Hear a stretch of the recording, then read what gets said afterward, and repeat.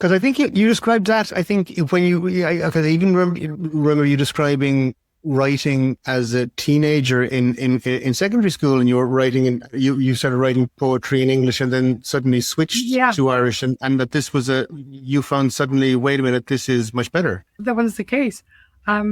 My just felt more real to me. Somehow it was this, like I say, this hole in my middle that began to fill up more. You know, the more I spoke it, and the more I manifested what was there, the happier I was. And it's to this day the same. The more I speak Irish to people, everyone says, "Oh, you're in such a good mood, Nuala. What's wrong?" That's what's wrong. I mean, I get a chance to be more of a person than I do Wonderful. in any other language.